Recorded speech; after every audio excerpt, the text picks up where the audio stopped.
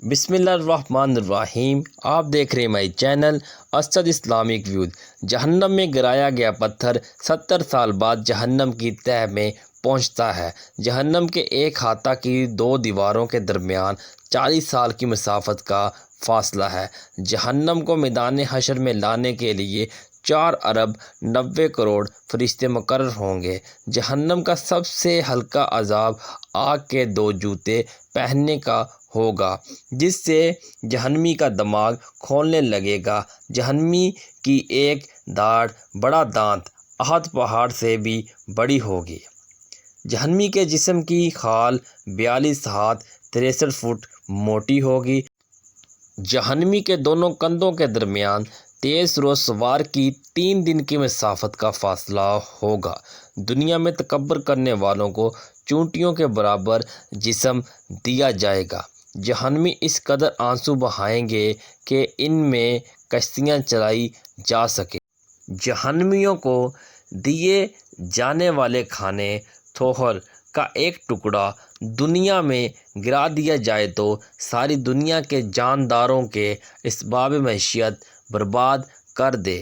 جہنمیوں کو پلائے جانے والے مشروب کا ایک ڈول چند لیٹر دنیا میں ڈال دیا جائے تو ساری دنیا کی مخلوق کو بدبو میں مبتلا کر دے۔ جہنمیوں کے سر پر اس قدر کھولتا ہوا گرم پانی ڈالا جائے گا کہ وہ سر میں چھید کر کے پیٹ میں پہنچ جائے گا، اور پیٹ میں جو کچھ ہوگا اسے کاٹ ڈالے گا، اور یہ سب کچھ پیٹ سے نکل کر قدموں میں آ گرے گا۔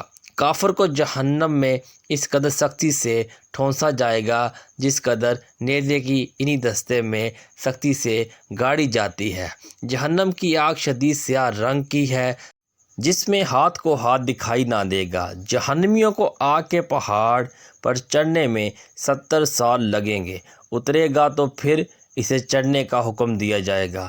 جہنمیوں کو مارنے کے لیے لوہے کے گز اتنے وزنی ہوں گے کہ انسان اور جن مل کر بھی اسے اٹھانا چاہیں تو نہیں اٹھا سکتے۔